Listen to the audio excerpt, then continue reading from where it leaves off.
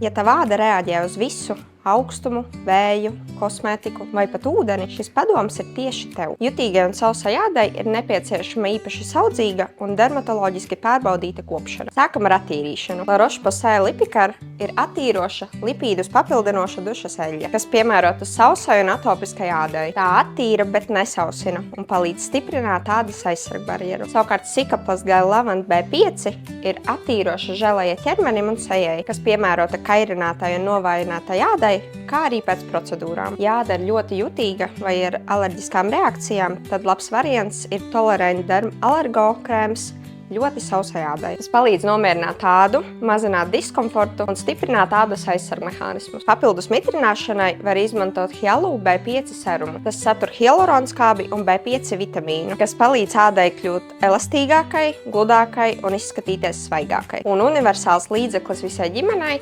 Cicaplast Baume B5+.